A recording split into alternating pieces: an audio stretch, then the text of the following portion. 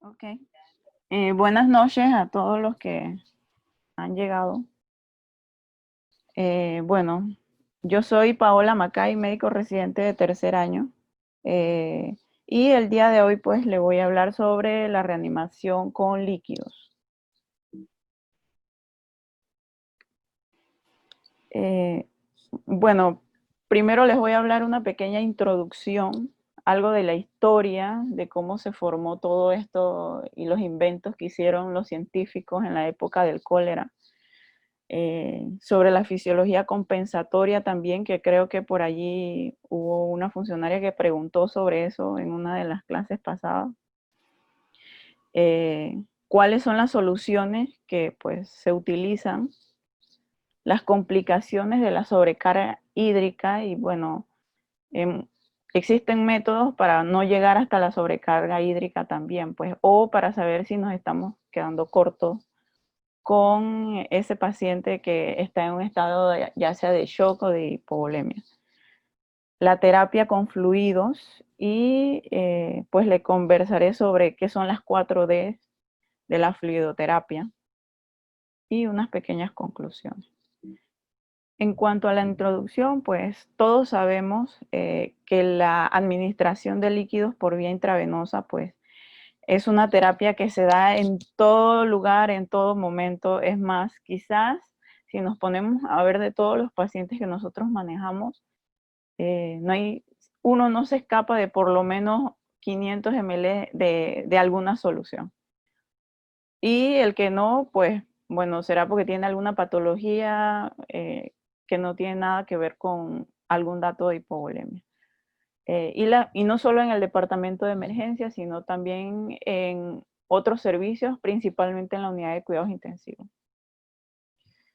Es fundamental la fluidoterapia, no cabe duda, principalmente para los pacientes, pues como ya mencioné, presentan algún grado de hipovolemia, de shock, dependiendo del tipo de shock que tenga también, y de algunas otras patologías. Y la composición, pues, de cada solución, obviamente, dependiendo de la solución que nosotros utilicemos, así mismo va a ser eh, el efecto sobre el paciente, sobre su función orgánica y los resultados, pues, de estos los vamos a ver dependiendo de qué estemos manejando y qué solución demos. Sabemos que juegan un papel muy importante tanto en la reanimación como en el estado hemodinámico del paciente.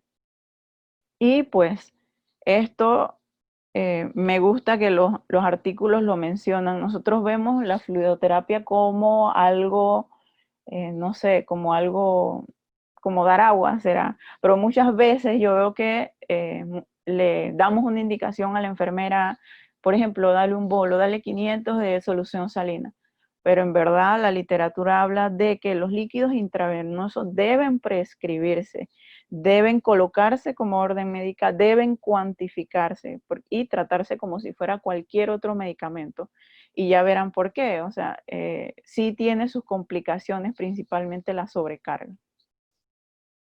En cuanto a la historia, pues como ya le mencioné anteriormente, principalmente fue a inicios del siglo XVI, en la época de la epidemia del cólera, en donde pues empezaron todas estas combinaciones de sales con agua para poder pues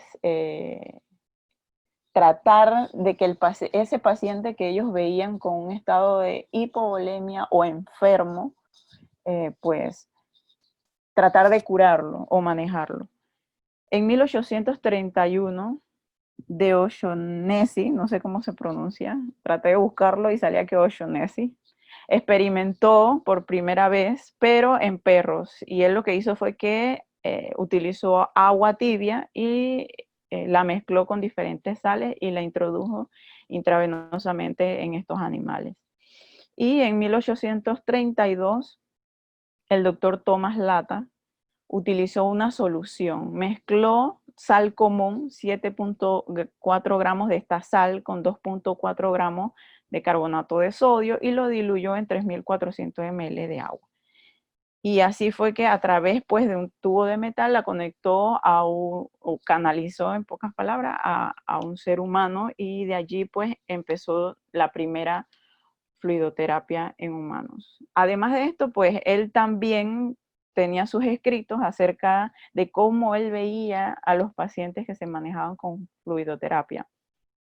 E incluso hay un escrito que me llamó mucho la atención, y él decía: pronto los rasgos afilados, ojos hundidos, la mandíbula caída, palidez y la frialdad se desvanecían para dar paso a un pulso que durante un tiempo había dejado de estar en la muñeca. Incluso él, desde allí, pues también con el uso de la jeringa o el tubo que utilizaban para infundir las soluciones, pues se llevó a cabo pues los diferentes dispositivos. Empezó la era de esos dispositivos también para manejar la reanimación con líquido de los pacientes. Ese es Thomas Latta. En 1883, Sidney Ringer estableció la importancia de los diferentes electrolitos, principalmente el calcio, también sodio y potasio, pero él encontró que estos electrolitos pues eran importantes en la contractilidad cardíaca del paciente, y fue allí pues donde él también utilizó ciertas mezclas, eh, utilizando bicarbonato de sodio, cloruro de calcio, cloruro de potasio, y las mezcló, y así pues él se dio cuenta de que esa nueva solución que él había pues creado ayudaba a los pacientes en cuanto a la funcionalidad cardíaca y a la contractilidad, decía él, del corazón de los pacientes. En 1932, Alexis Harman utilizó entonces la solución de Ringer, que había diseñado Ringer, y a esta solución pues le añadió lactato. Y esta pues él refería que tenía mejor beneficio al reducir la acidosis que presentaban estos pacientes. Y bueno, más adelante le explicaré qué tipo de complicaciones ácido-base podemos ver con las soluciones. Y pues no fue sino hasta 1941, refieren que después del ataque de Pearl Harbor, se utilizó por primera vez o se patentó el uso de la albúmina humana para la reanimación con líquido. Entonces, en cuanto a lo que pasa fisiopatológicamente, bueno, ya todos sabemos que hay diferentes tipos de shock.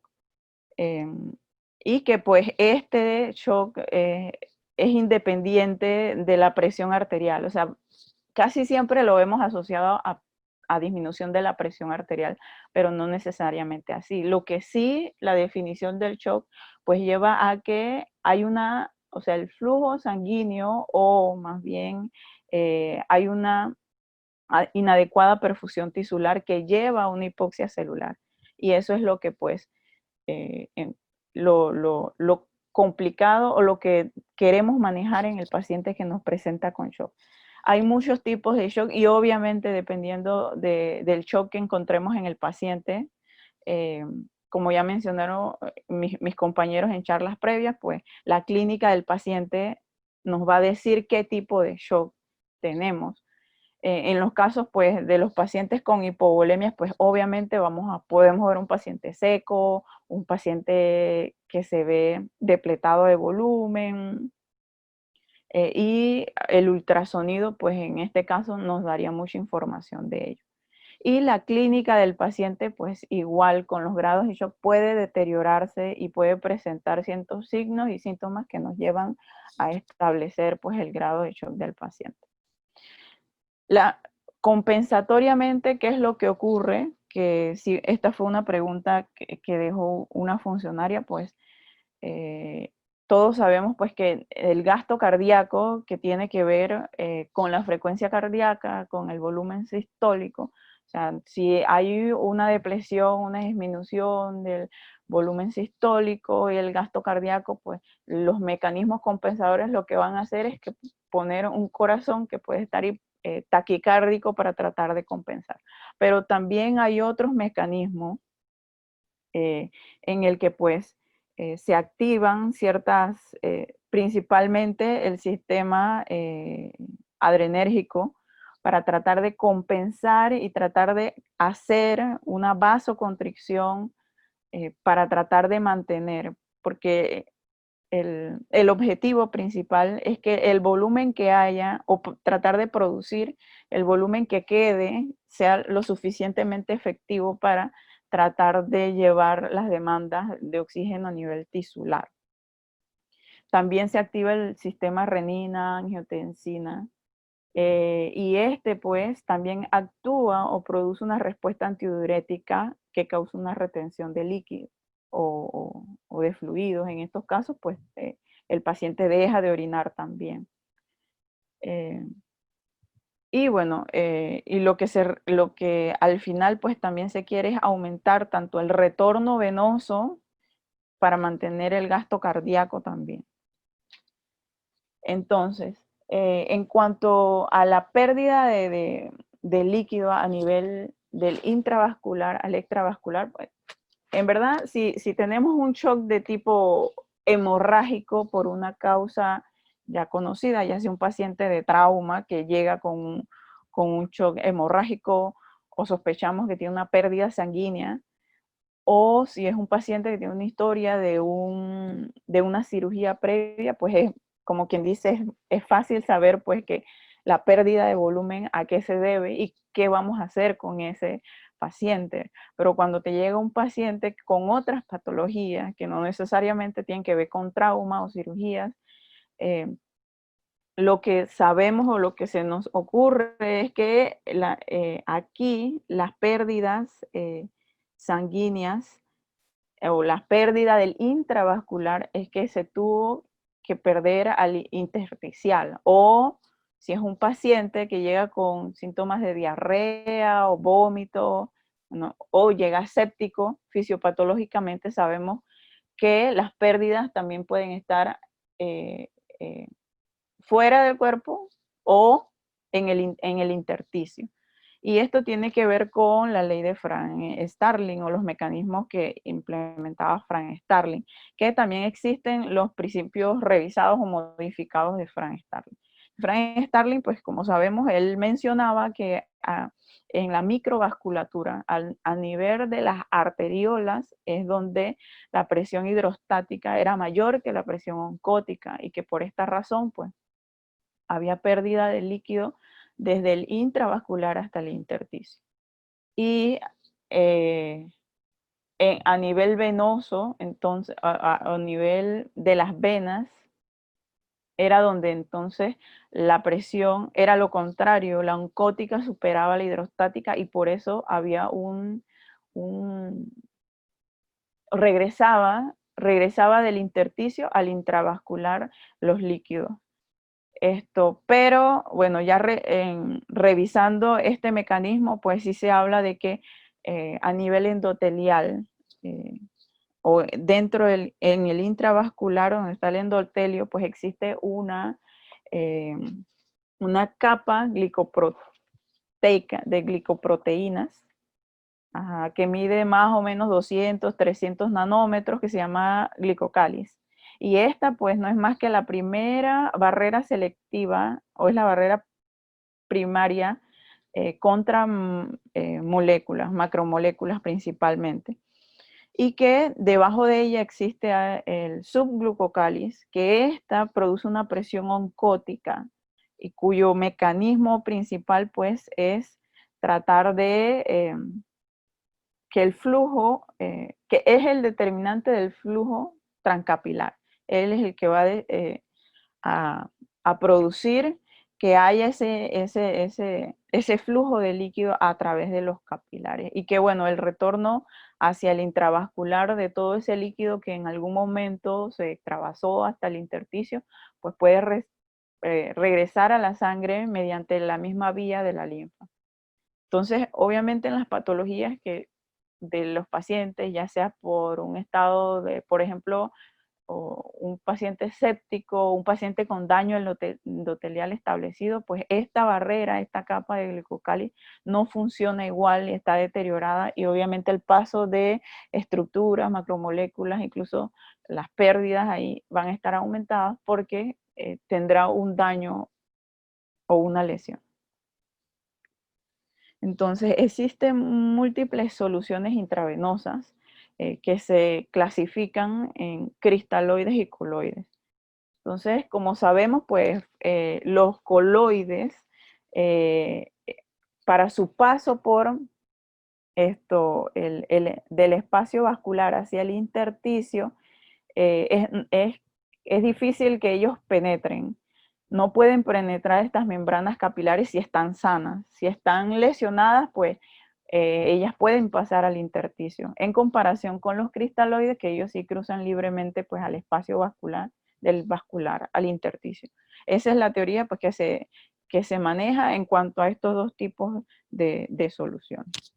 Entonces, en cuanto a los cristaloides, pues todos sabemos, bueno, la literatura habla que son económicos. La verdad, yo me he puesto a ver cuánto vale nuestra solución salina, nuestro Harman, y la verdad que prefiero que no me pongan ninguno a menos que de verdad llegue bien chocado.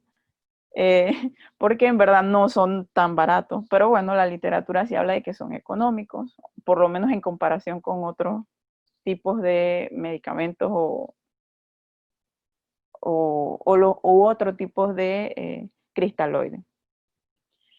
Sabemos que son el líquido intravenoso más comúnmente administrado y que se recomiendan de primera línea en la reanimación con líquidos de los pacientes que nos llegan con enfermedades críticas. Sí se describe que en cuanto a mortalidad y en cuanto a los beneficios, en cuanto a la toxicidad que pueden causar, está más reducida esas lesiones, esa toxicidad, esa mortalidad en comparación con los coloides. Y que bueno, más adelante mencionaré algo de eso, de los estudios que se han dado hasta ahora. Y bueno, hay dos tipos de cristaloides isotónicos. Sabemos que está la solución salina normal al 0.9%, que también hay otras que son con un grado son menos hipotónicas, y también existen los cristaloides que se mencionan, los cristaloides equilibrados o los cristaloides amortiguadores o que son buffer, o que se transformaron en buffer para poder pues manejar ciertas patologías. Y en ellas pues ya sabemos que existen desde el lactato Ringer, el Harman, también existe el acetato de Ringer, y existen otros tipos de cristaloides amortiguadores, que en este caso pues se menciona el Plasma-Lyte, que hay dos tipos, el Plasma-Lyte A y el 148, que entre su composición pues son iguales excepto por el pH que presentan. El pH del Plasma-Lyte A pues es un poquito más alcalino. Y también existen otras soluciones como el Normosol R y el Isolite S. Entonces, esta es una tabla donde se comparan las diferentes soluciones. Y en estas, pues, como ya conocemos, empezando pues por el cloruro de sodio, que es una de las soluciones que más tenemos en el servicio de urgencia. La teoría fisiopatológica de todas las soluciones, pues en verdad se basan o está determinada por su concentración de sodio. O lo que pues se menciona es que los cristaloides con una solución de sodio cercana al fluido intravascular, o los que producen pues, o producen un aumento transitorio ese volumen intravascular inicialmente antes de equilibrarse o pasar al extravascular.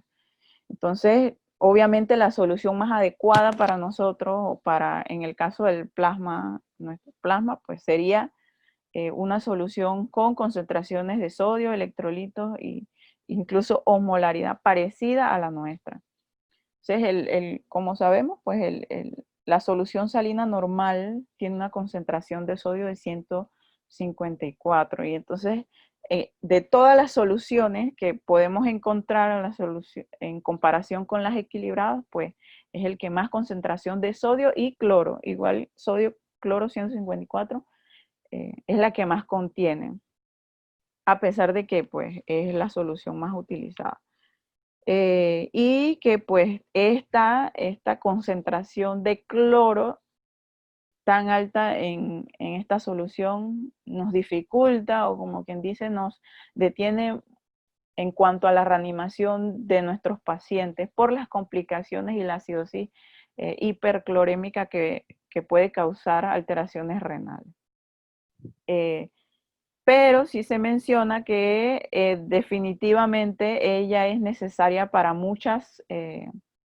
para ciertas patologías. Por ejemplo, los pacientes que presentan una lesión cerebral traumática y que sabemos que ese paciente puede desarrollar un edema cerebral, se prefiere incluso solución salina en comparación con los otros cristaloides. E incluso, pues, se menciona que sería la ideal de todos los cristaloides.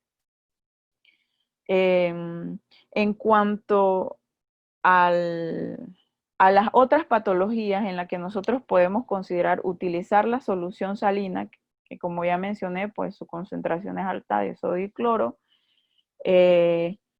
pensando pues al menos que presentemos alguna otra patología en la que haya una depresión de cloruro, ya sea en aquellas patologías que causen hipovolemia por pérdidas de gastrointestinales. Entonces se podrían utilizar, y bueno, como sabemos en los pacientes con cetoacidosis diabética, pues ya podemos usar tanto lactato Ringer como solución salina, y entre ellos pues considerando las diferentes concentraciones que tenga la solución salina para manejar la cetoacidosis diabética. Pero sí se ha visto pues que la administración también en los pacientes que tienen complicaciones quirúrgicas, o sea, los pacientes que van a SOP, pues la literatura también mencionan que la administración de la solución salina normal se ha asociado con un mayor riesgo de complicaciones quirúrgicas, incluso de lesión renal, por la hipercloremia que causa. Entonces, en este caso, pues es mejor las soluciones que tienen concentraciones más bajas en cloro. Y sí se mencionaba pues que el lactato Ringer, que como vemos aquí, es una de las que tiene la menor concentración de cloro. En cuanto a las demás soluciones, pues como ven en la tabla, la solución, ya mencioné que el lactato Ringer es la que tiene menor concentración de cloro. La solución de Harman tiene también 112 de cloro, y pues los ideales, también existe el acetato de Ringer, que en verdad es la primera vez que leo acerca de que existe una solución llamada acetato de Ringer. Y pues, acetato de Ringer tiene ciertas características o particularidades que si tenemos esta solución, pues hay que saberla. Por ejemplo, sabemos o se menciona que se metaboliza rápidamente, incluso utiliza vías extrahepáticas para hacerlo. Y bueno, si sabemos que si un paciente tiene, por ejemplo, lesión hepática, pues sería como la solución ideal. Pero también hay otras contraindicaciones o momentos en el que pues deberíamos evitarlo. Por ejemplo, se menciona que en los pacientes que se hacen hemodiálisis, se ha asociado con hipotensión, con disfunción miocárdica y también ciertos trastornos metabólicos. Entonces, en este caso, pues no debería utilizarse. Y bueno, las soluciones de Plasmalite que ya mencioné, y normosol e isosol, la verdad, en las rotaciones que llevo, no he visto ningún Plasmalite colocado. Sí hubo una discusión sobre el uso de cuando yo estaba en la unidad de cuidados intensivos en NeuroUCI, sobre la utilización del Plasmalite en un paciente que era testigo de Jehová y no aceptaba transfusiones sanguíneas. Y también pues mencionaba que no aceptaba otros tipos de derivados y ciertas soluciones. eh, entonces, en ese caso, pues se le dio el beneficio de usar Plasmalite. Pero bueno, al final no había en la institución y los familiares decían que no podían costearlo tampoco. Entonces, hay muchos estudios que se han hecho en cuanto a qué es mejor para la reanimación en los pacientes. Como ya mencioné, pues la desventaja de la solución salina normal es que ella pues causa la acidosis hiperclorémica y obviamente esto sería como decir es mejor no usarla y usar los demás cristaloides. Pero bueno, sí se han hecho estudios, no solamente con solución salina, o sea, el primer estudio, que es el estudio SPLIT, utilizó solución salina normal versus el Plasmalite. Y en conclusión, pues ellos, a pesar de que no era un estudio que fue totalmente aceptado o avalado, pues ellos encontraron de que no había mucha diferencia. O la diferencia, si acaso, era de 1% de complicaciones en cuanto a lesión renal, muertes y la terapia de reemplazo renal.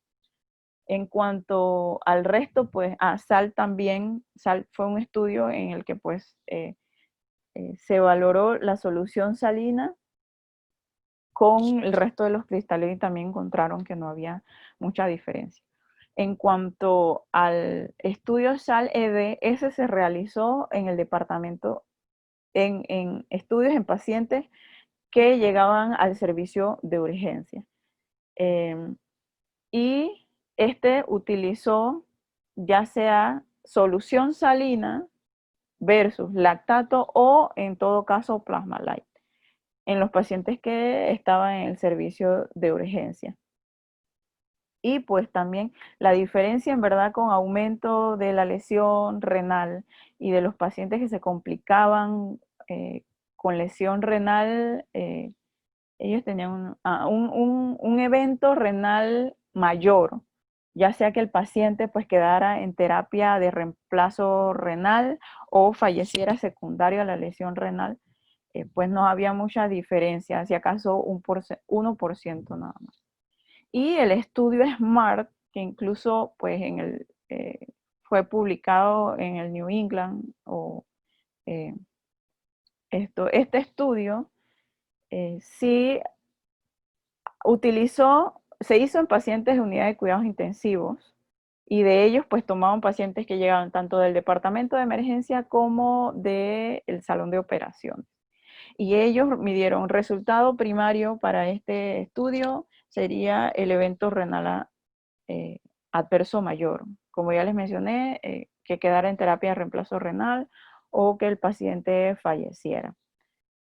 Y pues ellos en el resultado de pues encontraron que la solución salina presentaba un 15.4% de que el paciente tuviera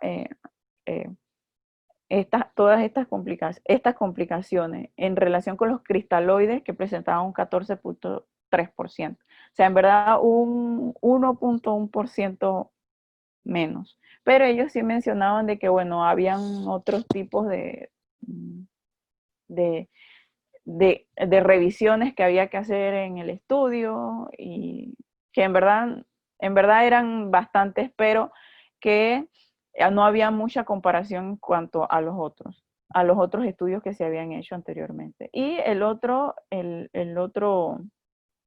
resultado, que era el resultado secundario, era la muerte al egreso o a los 30 días. Y pues tampoco se vieron que con la solución salina versus los cristaloides también había una diferencia del 1%. De todos estos estudios, pues, y lo que entiendo de epidemiología,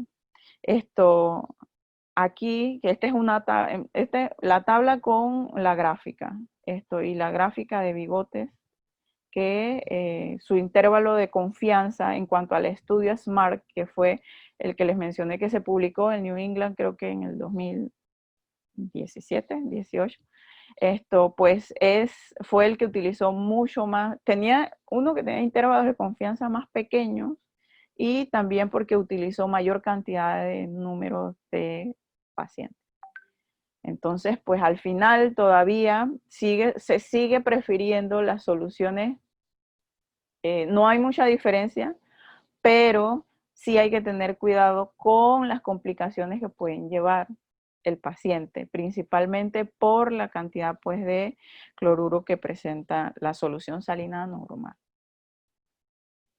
Entonces, en cuanto a las soluciones coloides, pues existen las derivadas del plasma o las que son semisintéticas.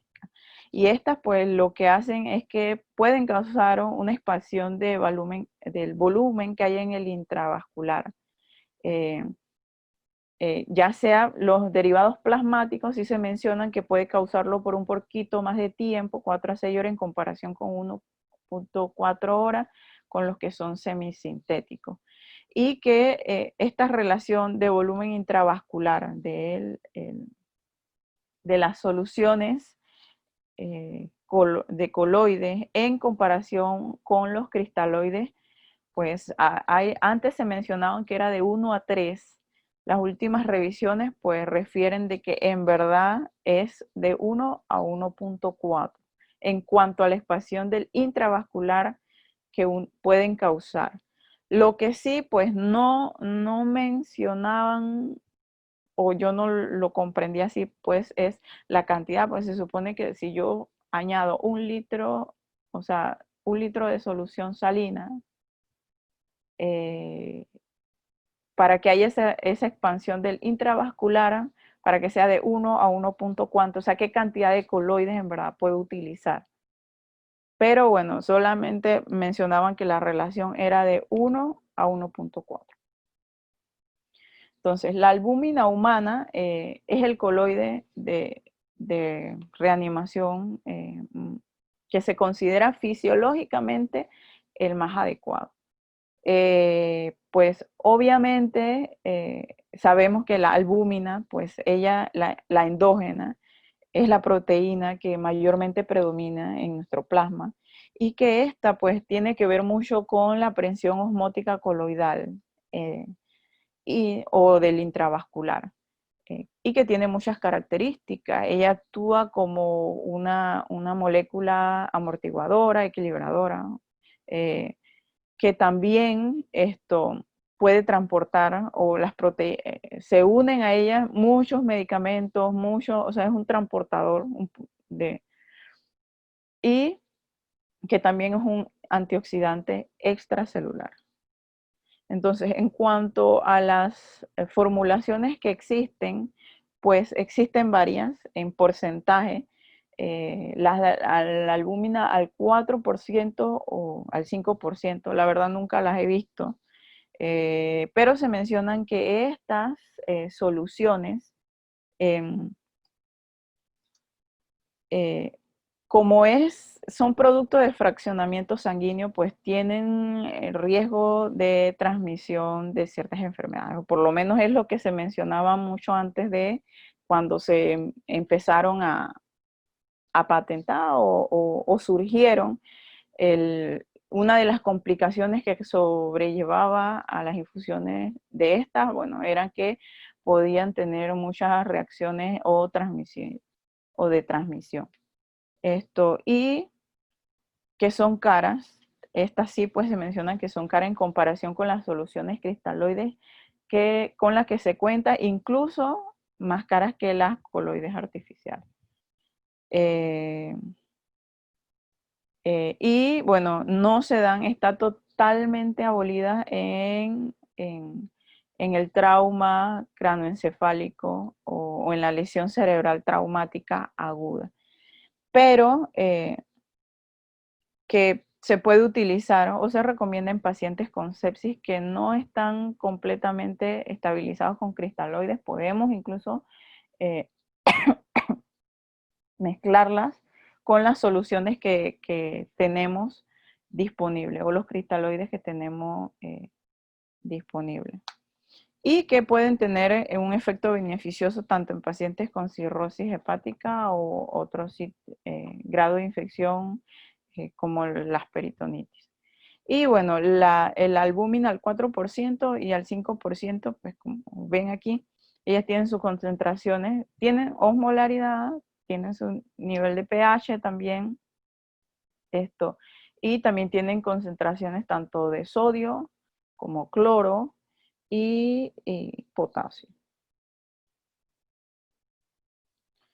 En cuanto a la albúmina, al 20 y al 25%, estas pues se menciona que tienen cargas de sodio en concentración, pues cargas de sodio y cloro por gramos de albúmina son menores en comparación con estas albúminas del 4 o al 5%. Y que sí se ha visto que en los pacientes que presentan shock, como mencioné anteriormente, shock de tipo, principalmente del tipo séptico, pues combinarlas con las soluciones de reanimación inicial, pues sí tiene su cierto grado de beneficio. Entonces existen las que son de fabricación semisintética. En estas pues está el hidroxietilalmidón, que estas pues se producen de amilopectina que se obtiene pues del maíz, del sorgo, de las patatas. Son semisintéticas, ya mencioné, y se han utilizado, principalmente las nuevas formulaciones se han utilizado en pacientes, en la reanimación de líquidos con pacientes, pero en aquellos pacientes pues que se han sometido a cirugías y le han dado anestesia general, cirugías mayores. Y también pues en pacientes con trauma y sepsis. Y que sí se mencionan que en cuanto a su efecto de ahorrador de volumen o ayuda en ese mecanismo de conservación de volumen intravascular, pues sí, en cuanto a la concentración pues de la albúmina al 4%, 5%, pues igual. Pero sí tiene un efecto, una toxicidad importante que es la nefrotoxicidad. Incluso causa lo que llamamos una nefrosis osmótica. Y por lo tanto, pues su uso en cuanto a la reanimación, pues está por la nefrosis osmótica, pues está limitada absolutamente. Entonces, las concentraciones, pues ellas vienen del 6% y vienen en diferentes combinaciones entre solución salina, acetato Ringer, dependiendo de la concentración, pues va a tener diferentes concentraciones dependiendo de en qué solución esté diluida. La verdad, esta tampoco yo la he visto en el complejo ni en ninguna parte en donde he rotado, así que no sé si existirá en la privada o en Panamá.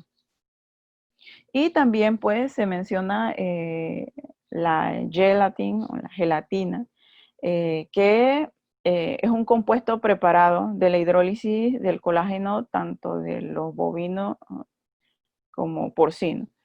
Entonces, esta expanden el volumen del plasma solamente o en comparación con los demás coloides, solamente 1 o 2 horas. y es metabolizada y excretada a través del riñón.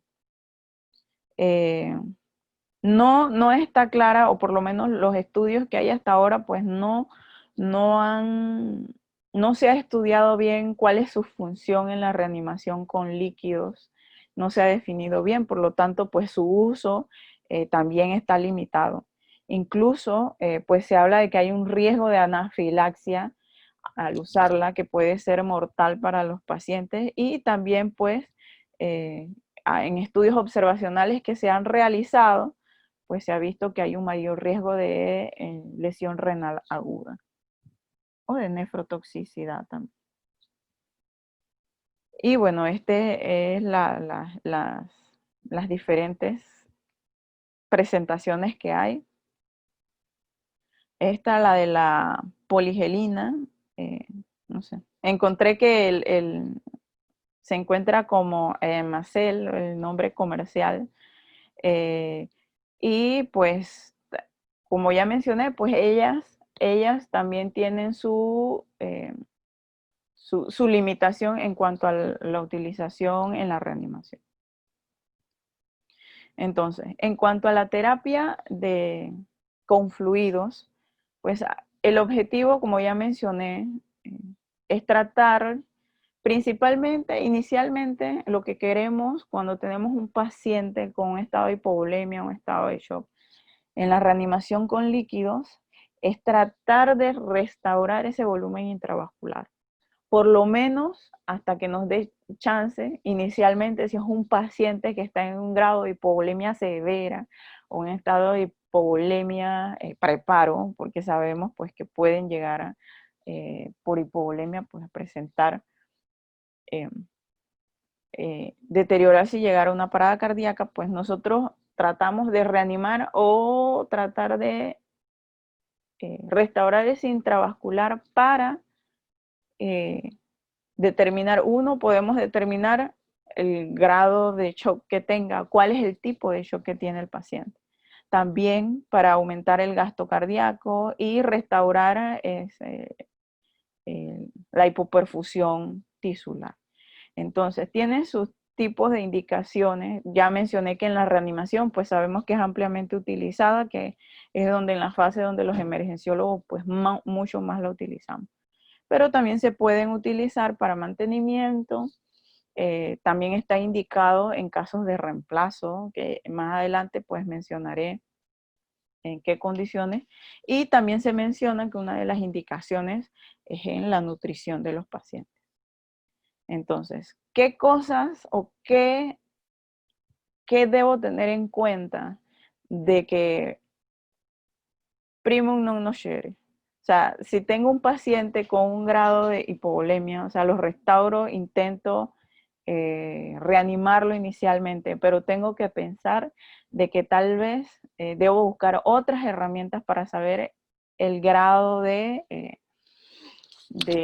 hipovolemia que puede tener o qué tan depletado en verdad está ese intravascular del paciente que tengo, eh, para evitar la sobrecarga. ¿Por qué? Pues porque la sobrecarga en sí, en verdad, es perjudicial también. O sea, la terapia con fluido con la sobrecarga, o sea, es una espada de doble filo. Y pues hay muchas cosas que pueden suceder cuando un paciente se encuentra con sobrecarga de líquidos, entre pues las que nosotros conocemos.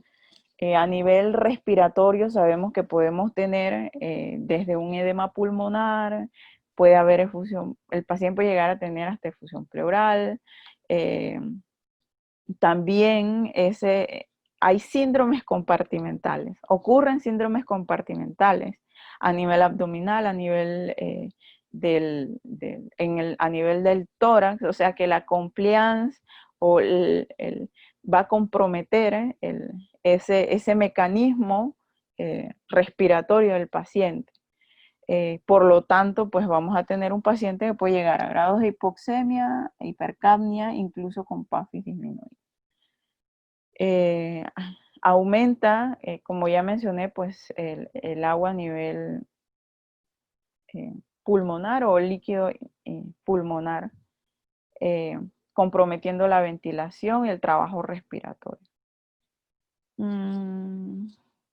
Incluso esto nos puede hacer que el paciente tenga un difícil destete del ventilatorio. Así que por eso es importante pues considerarlo y saber de que hay complicaciones respiratorias de la sobrecarga. En cuanto a nivel hepático, pues tanto hay congestión hepática alterando la funcionalidad de ese hígado, llevando a colestasis, disminución de todas estas enzimas que ayudan al metabolismo de todos los medicamentos que podemos administrarle, ya sea antibióticos, sedación al paciente. Entonces, definitivamente, pues, la sobrecarga puede empeorar el estado del paciente porque a nivel hepático, pues, puede haber alteración. Gastrointestinal también. Incluso se habla de que puede haber desde un síndrome compartimental, translocación bacteriana, aumento de la permeabilidad intestinal, también aumento puede haber hilio y secundario a que haya disminución de la contractilidad de la musculatura lisa de ese intestino. Entonces, a nivel de la pared abdominal, lo importante aquí es que además del aumento del edema vascular, es que puede empeorar. Cuando tenemos, por ejemplo, un paciente con una herida quirúrgica, puede ser, pues cómo sane puede estar alterada, o sea, puede haber un pobre proceso de curación de esa herida. También puede infectarse, puede aumentar el grado de infección, puede causar úlceras. A nivel renal, pues aumenta tanto la retención de agua como de sales. También puede haber alteración, puede haber uremia y disminución de la tasa de filtración glomerular, incluso aumento de la presión venosa renal, por lo tanto disminución del flujo renal. Y bueno, a nivel cardiovascular, todas las compensaciones que nosotros intentábamos hacer en la fase inicial de reanimación del paciente, pues pueden irse al otro extremo, ¿sí? Incluso puede haber una disfunción y empeoramiento de la contractilidad cardíaca. Y a nivel cerebral, pues puede llevar edema cerebral y aumento de las presiones tanto intracerebral como intraocular. Entonces, en la terapia con fluidos se mencionan las 4D. Las 4D para esta tiene que ver más es cuando el paciente está en un grado de shock o de sepsis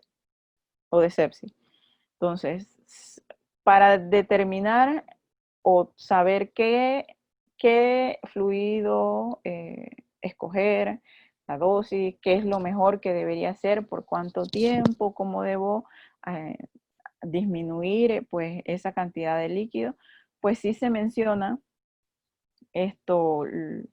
las 4Ds. Desde la primera D, que es la droga, o sea, qué solución voy a utilizar. Y bueno, aquí sí es importante saber o conocer, como ya mencioné anteriormente, cuáles soluciones estarían o no indicadas en el paciente que tengo, determinando los factores de riesgo de ese paciente. ¿Sí? Si es un paciente que ya viene pues con una acidosis metabólica instaurada, o es un paciente cirrótico, o es un paciente que ya tiene un estado de hipercloremia establecida, etcétera, y definitivamente pues se menciona que las soluciones glucosadas no están indicadas en la reanimación de los pacientes. La dosis pues dependerá del tipo de fluido que voy a utilizar. Más adelante mencionaré porque estas son como ya mencioné, pues estas son las 4D que se pueden utilizar en la sepsis, incluso se utiliza también para la antibioticoterapia de los pacientes, de los pacientes sépticos. Y es importante saber cuáles son las soluciones que me causan hepatotoxicidad, porque a la hora pues, de administrarla, sé que voy a empeorar la hepatotoxicidad si el paciente ya la presenta.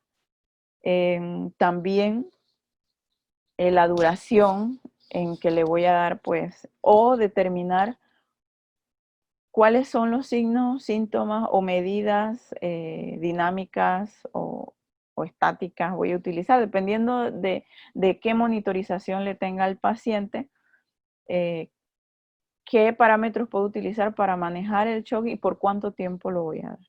Y pues en el decalaje, que más adelante mencionaré, pues cómo se va sobrellevando, cómo paso de un proceso de reanimación a una estabilización y luego a un proceso en donde ya necesito eliminar líquido. Como ya les mencioné anteriormente, pues hay muchas indicaciones de la fluidoterapia. Entre estas, pues la que más nosotros utilizamos en los servicios de urgencia, pues es la reanimación, que no es más que yo intentar corregir ese volumen intravascular para tratar de indagar, resolver, buscar las causas de shock y qué otras cosas tiene mi paciente que en ese momento está en un estado de hipovolemia severa. Eh, em, Y bueno, ya mencioné que si estamos ante un proceso inflamatorio, ya sea séptico o de lesión instaurada inflamatoria, pues el paciente, el glucocáliz, que tiene que ver con ese proceso endotelial o el daño endotelial que puede estar, pues no voy a utilizar soluciones coloides o albúmina en este caso, específicamente, sino que estarían más indicados los cristaloides. ¿Por qué? Porque ya cuando hay un daño, aumento del flujo, cuando hay un daño endotelial secundario, pues el flujo transcapilar va a hacer que haya pérdida de albúmina hacia el espacio eh, intersticial, aumentando el riesgo de edema de los tejidos de ese paciente.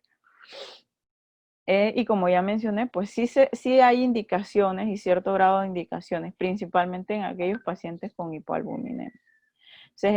También se puede utilizar en mantenimiento. Creo que también nosotros, pues como emergenciólogos, sí lo utilizamos. Hay muchos pacientes, los sacamos de la fase de reanimación y quedan con algún grado de mantenimiento dependiendo de la patología que tengan. Y estas pues deben cubrir necesidades diarias, o sea, en 24 horas. Ya sea, pues, sí se menciona de que las necesidades básicas diarias de un paciente puede ser de agua, sodio, potasio, de agua de 25 a 30 ml por kilo de peso corporal. Y de sodio, pues sí puede ser 1 milimol por kilogramo, de sodio 1 a 1.5. Incluso se menciona que de dextrosa, que pues como ya mencioné, en la fase de reanimación del paciente pues no están indicadas, pero en las fases de mantenimiento puede haber patologías en las que podemos utilizar y combinar nuestras soluciones con dextrosa al 5 o al 10%, o incluso, dependiendo de la patología que tenga el paciente, incluso hasta el 50%.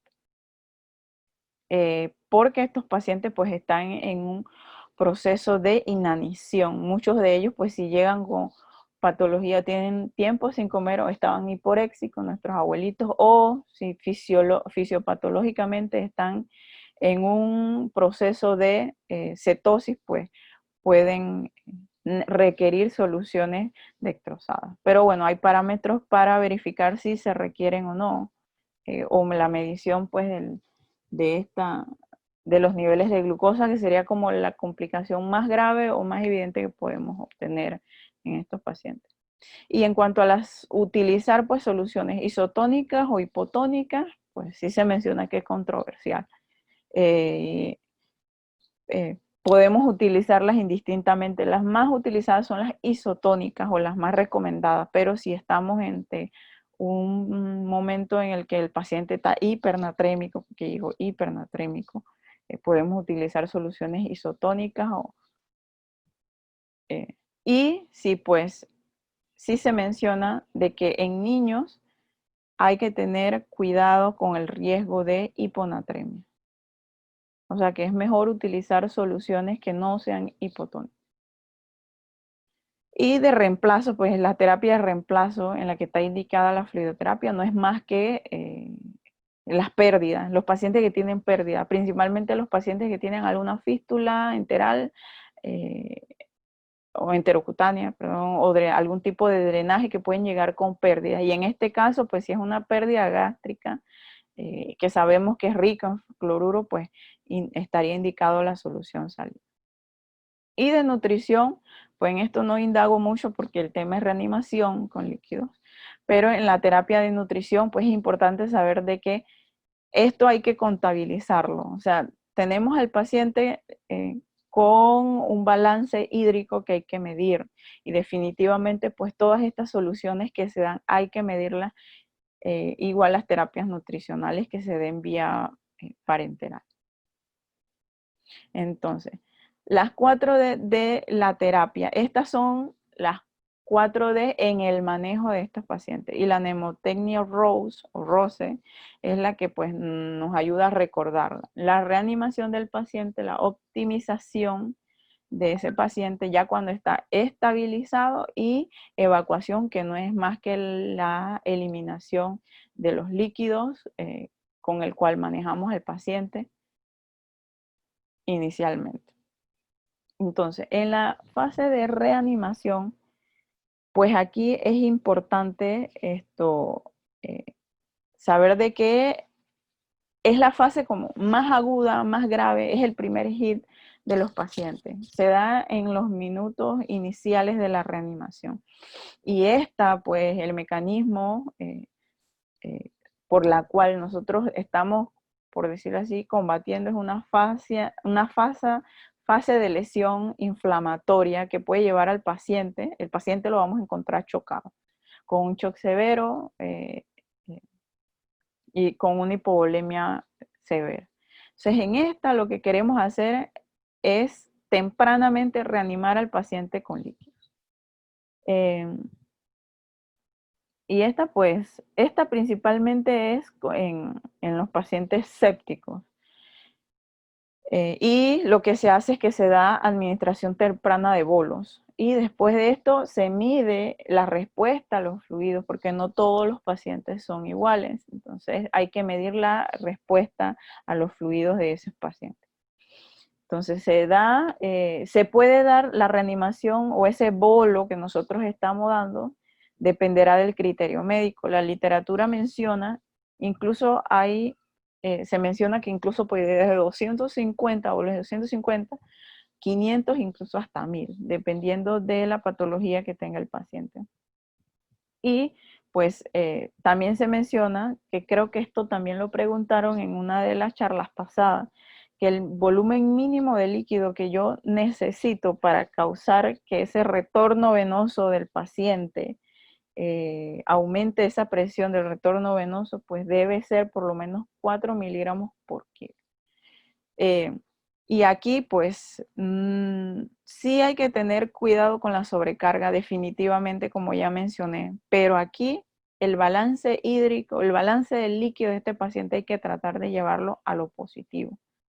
A lo positivo porque igual la cantidad, por ejemplo, de si le pongo 1000 de salina, 200 van a quedar en el intravascular.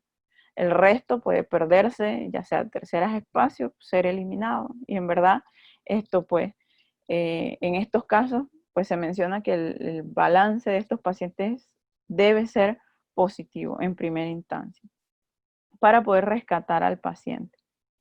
Y aquí, pues, en esta fase, más que sobrecarga, es el riesgo de que nos estemos quedando cortos. Por eso nosotros tenemos que medir los índices de respuesta. Que los índices de respuesta, pues, la evaluación de quién es ese paciente que me va a responder o no a líquidos y cuál es ese paciente que definitivamente no me va a responder a líquidos y lo que necesita es otra medida en el manejo de su estado de shock. Pues existen varias maniobras. Al final, pues como mencioné, lo que se quiere es medir quién es el paciente respondedor. Entonces, en la prueba de fluido, aquí dice que si instaura el fluido, que en esta pues se administra bolo de fluido y en verdad nosotros lo que tenemos que hacer es monitorizar simultáneamente el efecto hemodinámico de ese líquido. Que para esto pues lo ideal sería una monitorización invasiva. Y en este pues se dice que si hay aumento del 15% del gasto cardíaco, pues definitivamente ese paciente es un respondedor. Si la prueba, si utilizamos la prueba pasiva de elevación de las piernas, que pues ya lo había preguntado anteriormente, pues lo que se hace es que se coloca al paciente en decúbito completo y se le da una angulación de 45 grados a las piernas para tratar de llevar todo el líquido o el intravascular y el retorno vayan hacia a nivel esplácnico y se mantenga a nivel cardíaco el gasto cardíaco. Si después que instauro, pero para esto pues definitivamente hay que dar bolos para ver si responde. Y si hay aumento del gasto cardíaco de más o menos un 10%, 10 a 15, hay literaturas que dicen que 15, está mencionado que el 10% del gasto cardíaco pues es un paciente respondedor. Y también hay otra maniobra en la que pues se verifica, se utiliza la monitorización invasiva y se utiliza el ventilador del paciente. Que en esta pues lo que se hace es que más o menos por más o menos 10 a 15 segundos más o menos, lo que se hace es que hace una pausa de la ventilación mecánica al final de la expiración. Y esto pues va a hacer que hayan mecanismos que lleven a que aumente la precarga, el gasto cardíaco. Y se dice que si hay aumento cardíaco del 5%, ese paciente es respondedor y podemos administrarle líquido. En cuanto a la segunda fase de la reanimación o de la fluidoterapia, pues es la de la optimización del paciente, que en esta pues se habla que es el paciente que es el del segundo HIT, en el cual pues es un paciente que ya puede tener puede tener grados de isquemias a nivel tisular, puede estar en ese momento, y es un shock completamente instaurado, un paciente inestable. Y estas se pueden dar desde el inicio de la reanimación. El paciente, si no logramos reanimarlo idealmente o lo hicimos insuficiente, pues se puede instaurar. Y lo que se quiere es mantener perfusión tisular, que llegue oxígeno tisular. Y aquí pues se administran bolos. Se puede utilizar, como ya mencioné anteriormente, los índices de respuesta se pueden hacer. Y aquí sí pues hay que tener en cuenta el riesgo de tener de sobrecarga. Se habla de que deberíamos mantener un balance neutro. O sea que en las horas que van transcurriendo yo debería cuantificar o tratar de cuantificar esas entradas y salidas del paciente porque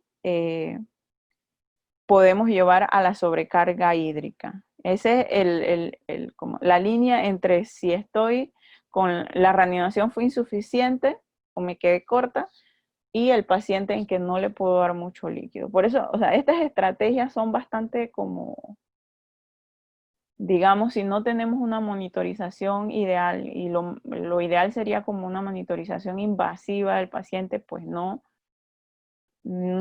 sería como para nosotros difícil hacerlo. Se menciona que incluso el de la prueba de oclusión expiratoria final se puede hacer por ultrasonido, pero no todos, o por ecocardiografía, rastreo, haciéndole un eco al paciente, pero obviamente no todos somos expertos en hacer mediciones de índices cardíacos ni nada de esto. Entonces, pues,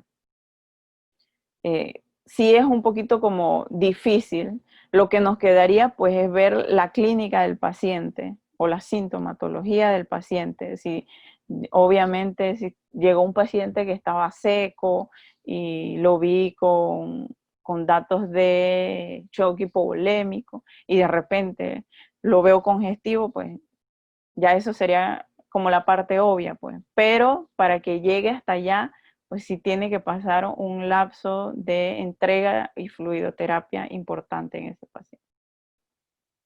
O sea, en la fase de estabilización, todavía en esta fase, pues, se mantiene el paciente igual en el segundo hit. O sea, es un paciente que pues, sus órganos o su lesión orgánica está todavía.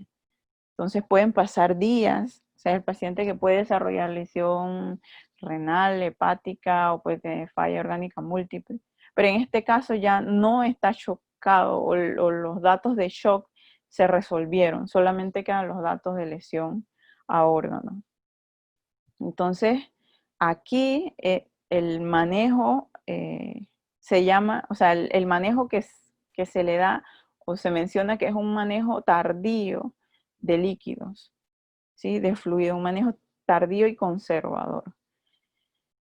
Y solamente se daría para mantenimiento, para mantener el balance normal de ese paciente o reemplazar las pérdidas. Por ejemplo, ese paciente que empieza con diarrea, ahora secundaria, no sé, a la alimentación, a los antibióticos, o porque desarrolló vómito, esto.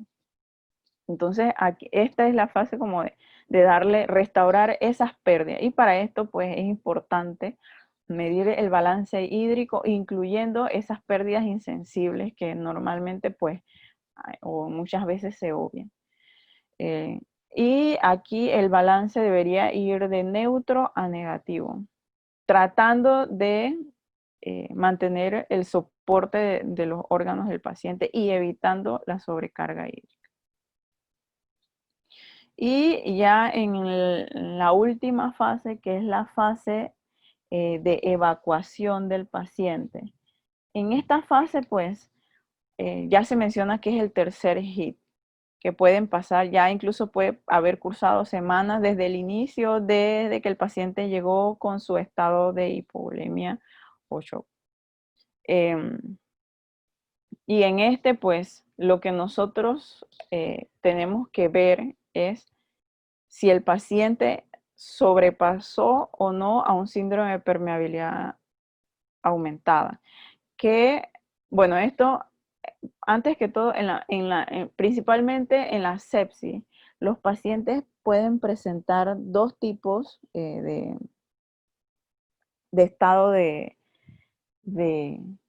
estado. Uno que el primero es donde el paciente está completamente, digamos, depletado, el intravascular está depletado, es la primera fase, o le llama también el primer golpe de la sepsis, que puede ser por sepsis, en verdad los pacientes quemados, pacientes presentando pancreatitis, etc.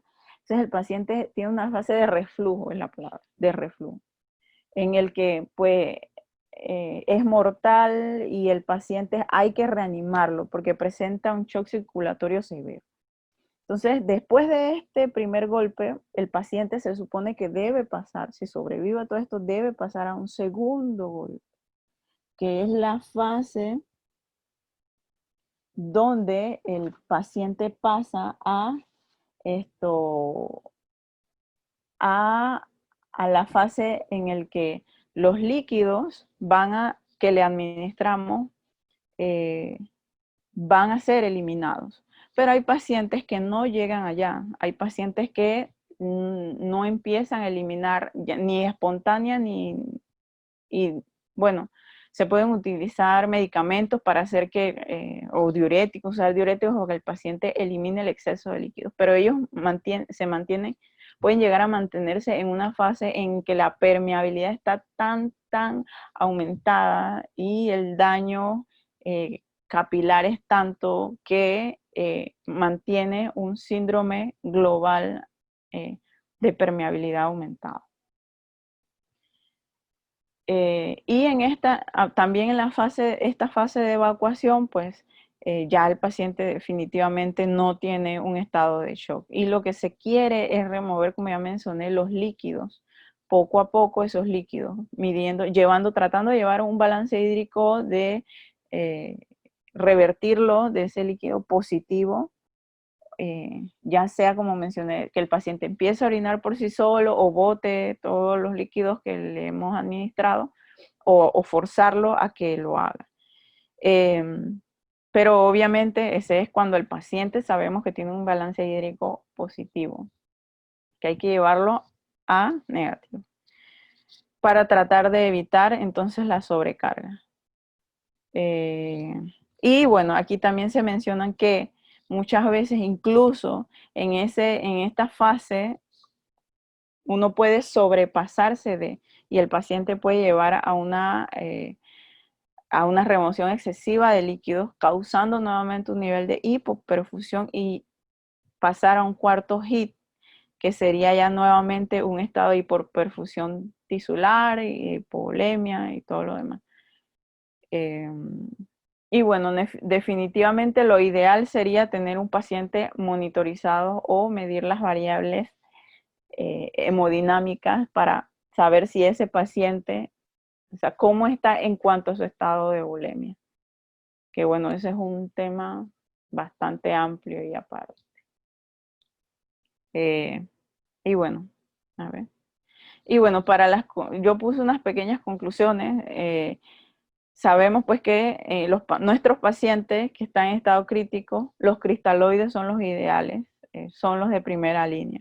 Y de allí pues tenemos que tener en cuenta que estos pacientes tienen factores de riesgo y dependiendo de los factores de riesgo nosotros tenemos que analizar o tratar de ver, no ponerlo como desmedidamente, ponle tal cosa a esto, sino tratar de pensar de que ese paciente, tengo que buscar ya sea con ultrasonido o la clínica de ese paciente, porque no todos los pacientes, como ya mencioné, están hipovolémicos, o están chocados por otras causas.